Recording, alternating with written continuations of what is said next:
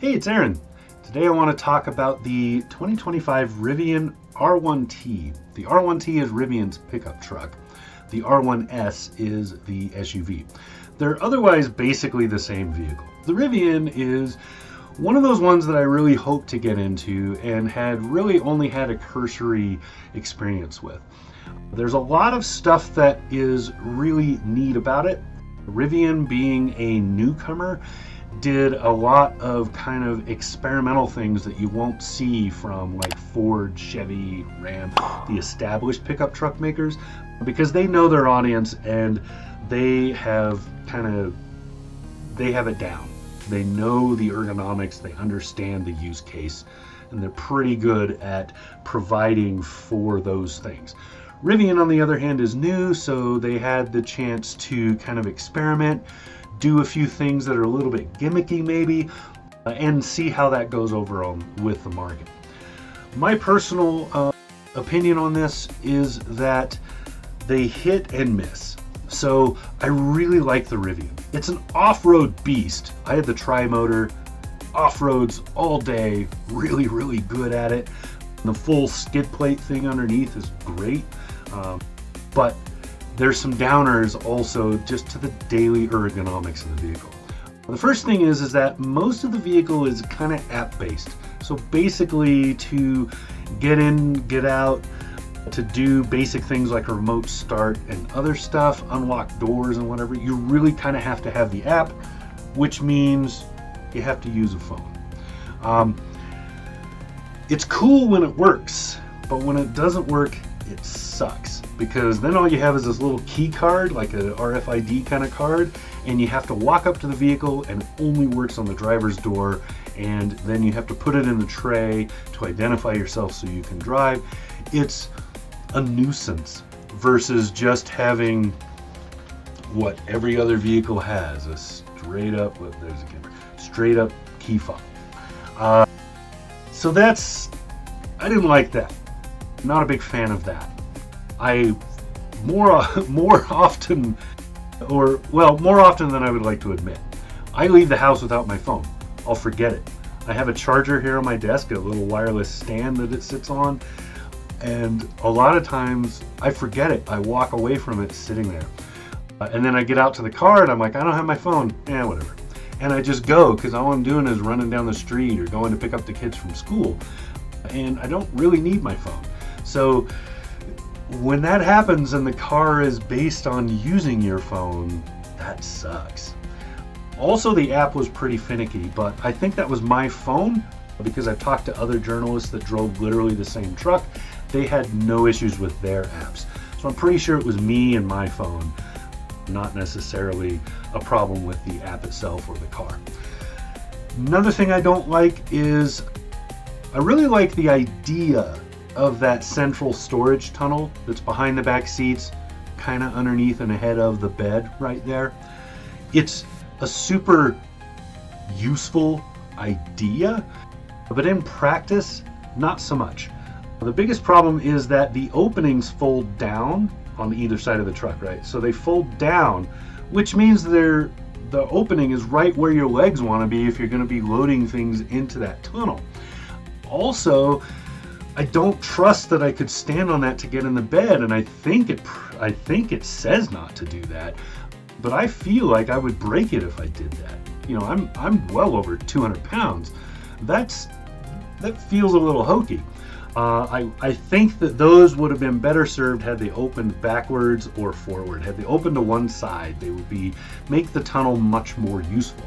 Now, an upside to the tunnel is if you can get something into the middle of it, you can pull down the center armrest thing and drink holder in the back seat and reach through to get to stuff in the tunnel. So you could put a pack of water bottles or a cooler or something right there and have easy access to it. The people in the back seat have easy access to it, which I think is really cool. The tunnel is kind of rubberized, so things won't slide around too much. And then to clean it, you just have to open both sides and hose it out, basically. There's no electronics or anything in there. The truck bed, super well done. The So the tailgate comes down and it has a thing on it that's similar to what you'll find in, say, a Range Rover or something like that, that flattens out so that from the edge of the tailgate all the way in, it's one flat surface. There's no gap there like there is with most pickup trucks. That is a really cool feature that seems dumb until you have it, and then you're like, wow, this thing is awesome. There's also the option, I didn't have it on mine, but there is an option for an electronic tonneau cover that you can put on it, so you can push a button and it opens and closes, right? Then, if I were driving this just every day, so I wasn't making a road trip with it, I would open up the little underbed storage that's in there. There's a latch, you pull it and you open that up, and I would pull that spare tire out. And then now you have in-bed closed, most people won't even know it's there, storage that is lockable, because if the tailgate's locked, you can't actually open that either. That's a great spot for just when you're running around shopping and stuff. You can throw things in there pretty easily. So that augments that tunnel idea and is actually easier to get to. So that's kind of a cool thing, a neat setup. The front trunk is good, but this is the first truck I've seen that has a frunk but that doesn't have the whole front end come up with it. It's just the hood, right? Which means you have to reach over and in to get to the tub where everything is stored. Super sucky. I bought wood pellets for our pellet stove, and I threw a couple of those bags up front because it was easy, right? And yeah, it was easy until I had to pull them out. Then you're lifting up and over to get a 40-pound bag and lift it back up and over to get it out. That sucked. If you put anything substantial in the front, your back's gonna hurt. So I didn't like that. That wasn't a big deal. But there's tons of stuff that I really loved about this. The Rivian drives really well. Drives so nice. Better than the Hummer EV, which drives like a dream. Just a beautiful drive quality. It's very fast when you want it to be. It's not fast the rest of the time. The one pedal driving is good. I really like the aggressiveness of the braking. So when you're just driving with one foot, so you're just letting off and letting it brake, it gets pretty aggressive about stopping, and it's really easy to learn how to kind of moderate that and using the pedal to slow down the speed up. I also like that the graphics on the instrument cluster on the gauge, the graphic in the middle has the truck, shows you everything that's going on around you, so all the pedestrians and vehicles. Also shows you when your brake lights are on. So if you are one pedal driving, you have a visual on whether or not it's displaying brake lights to the person behind you. Very good, because a lot of vehicles don't do that. I've driven a lot of electrics at this point, and when they don't do that, I get really nervous that the person behind me doesn't know I'm slowing down. So that's really cool. Also like the lane keeping and kind of, it's not really self-driving, but the driver assist features that kind of drive it for you, they're really good in this. The radars are already very, very good, and I really like the comfort level. I like the little things that it does. When you lock the doors, it makes the hooting owl sound, little things like that. My wife really liked those things. And then this is one of the few press vehicles I've had where my wife got to drive it, and she really enjoyed it. She's kind of in love with this truck, which sucks because we're going to get to the price tag. So most people are probably going to be buying the Dual. The Dual has two motors. It is basically all-wheel drive. I think so anyway. Anyway, it is. The standard price for it is $71,700, but you're probably going to spend more like $78 or $79 because you're going to want the regular Dual, not the Dual standard model, because the standard model really looks pretty empty compared to the next step up. So you're probably going to get that. The tri-motor that I drove is over $100,000. Yeah, it's super expensive, but holy crap is it great. Electric vehicles have ups and downs. One of the problems they have is the range estimation is almost never equal to the real world. Sometimes it's better in the real world, sometimes it's worse. So the range for the EPA is somewhere between 270 and 420 miles, depending on the model you're looking at. The one that I had somewhere in the middle of that. It's about 357, I think was the number. And in my driving of this, I would say that you are going to break 300 in the model I was in, the tri-motor. You are going to break 300 easily pretty much all the time. It's going to be pretty rare that you go under that, and that's going to be in circumstances where you're maybe road tripping, so it's all highway driving, and then you're going to still be pretty close, so it's not that big of a deal.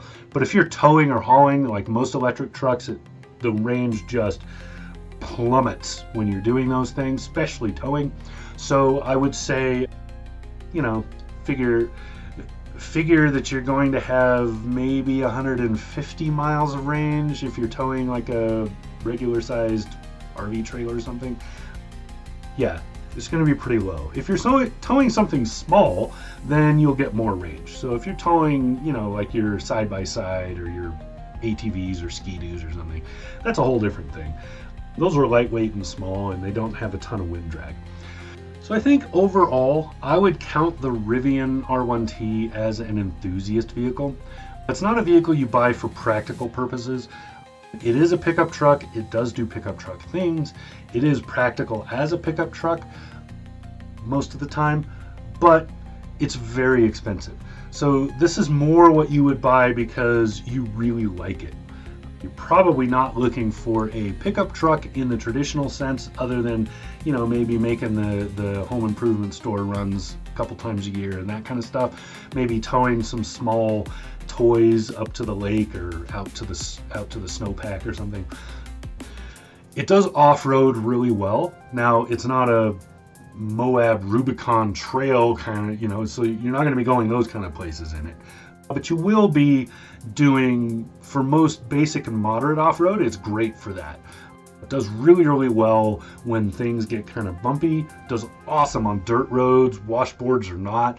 Some of that is the weight, some of that is just the design. It's very good at absorbing, so you don't feel the for every single thing. So it's really good for that. And then it has plenty of ground clearance and other things, so it can generally off-road. The tri-motor gives you tons of torque control. So it's really good at vectoring torque around each of those wheels to get you through whatever you're doing. So really good for off-road. I would assume good for bad weather. We didn't have bad weather while I had it, other than wind. We didn't have any real bad weather to try it in, but given what it did on a dirt road, I think it would be great in snow and situations like that. Also, the battery preconditioning in this is really good, so you won't see the kind of huge range losses during charging or whatever that you see sometimes in some EVs when the weather gets super cold. This seems to handle it pretty well, I think. Also, that preconditioning is really good for making sure you get the maximum amount of a charger once you plug into it. So it's really good at those things. My biggest concern, honestly, with the Rivian here is just the price tag. To get what you want with this truck, you're going to spend somewhere between that $75,000 and $90,000 point, and probably $100,000 if you really want everything. That's a lot of money. So for that same amount of money, I could get a really, really well outfitted 3/4 ton truck and be able to do way more. But on the flip side, I'm going to be getting in the teens for fuel economy. So pick your poison, right? Anyway, I would very readily pit this against the F-150 Lightning, the Silverado EV, you've driven both of those, the Hummer EV. I would put it against all of those and say it is competitive. Now you're going to get more truck out of the Lightning especially, and also you're going to get more useful truck out of the Silverado EV, but the Rivian is unique. looks really cool. And I learned while driving it, there is a Rivian Wave that involves your lights. So when you see another Rivian, you flash really quick, and you go out the window, right, with something. And if the window's open, it's a Rivian thing. You see those oval headlights and you go, oh, another Rivian, what's up? Yeah, it's like a Jeep thing. So anyway, really impressed with the Rivian R1T. I know I've gone along on this, but there was a lot to cover. I'm really impressed with the Rivian R1T. Really liked it. It was better than I expected. The gimmicks that I thought were going to be gimmicks were, but not to the level that I was like, why would they even bother? Honestly, the biggest problem I have with this is just the app-based everything. Other than that, I really liked this truck. So there you go. This has been Aaron, Rivian R1T. Talk to you soon.